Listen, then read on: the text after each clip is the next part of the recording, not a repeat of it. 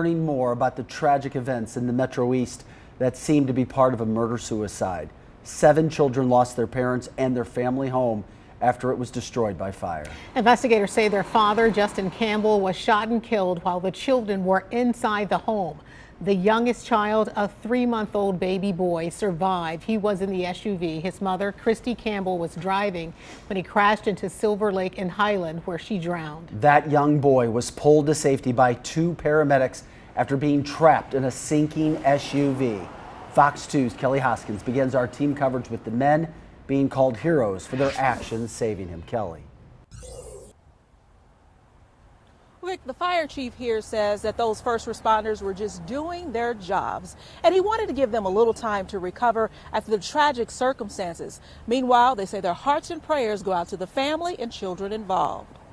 The fire broke out early Thursday morning on Dogwood Lane in Glen Carbon, Illinois. Firefighters discovered the body of 37-year-old Justin Campbell, who had been shot in the head inside the house.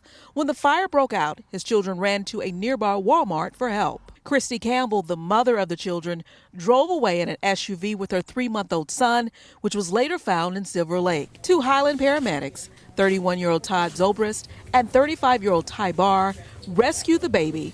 As the community calls them heroes, both are saddened. Christy Campbell's body was later found in the water. Who was going to go? I just happened to be the quickest. Said, I'll go. I took my shirt and my sweatshirt off, took off my boots and socks, and pretty well just jumped in with my pants. The paramedic rushed into the water to search the partially submerged SUV.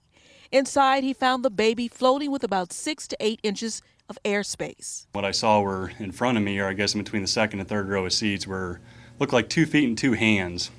And at first I thought it was just a doll, a kid's toy of some sort. So I reached back as far as I could, and it was a pretty far reach for me. I was able to grab a foot. The baby was lifeless when the crew pulled him from the SUV. The paramedic placed him on the top of the vehicle and began CPR. Once he did come out with a baby, now all of a sudden my concern came to that baby. And I saw Todd doing chest compressions, and I could tell that Todd was already starting to struggle just because of the distance to swim. I determined that for the best for the baby and for myself that we needed to go. So at that point I dove back into the water, did some swimming, I guess more or less on my back while holding the baby above the water. Now, the first responders say that although this is a tragic incident, they are glad that the baby is expected to make a full recovery. In Highland, Kelly Hoskins, Fox 2 News.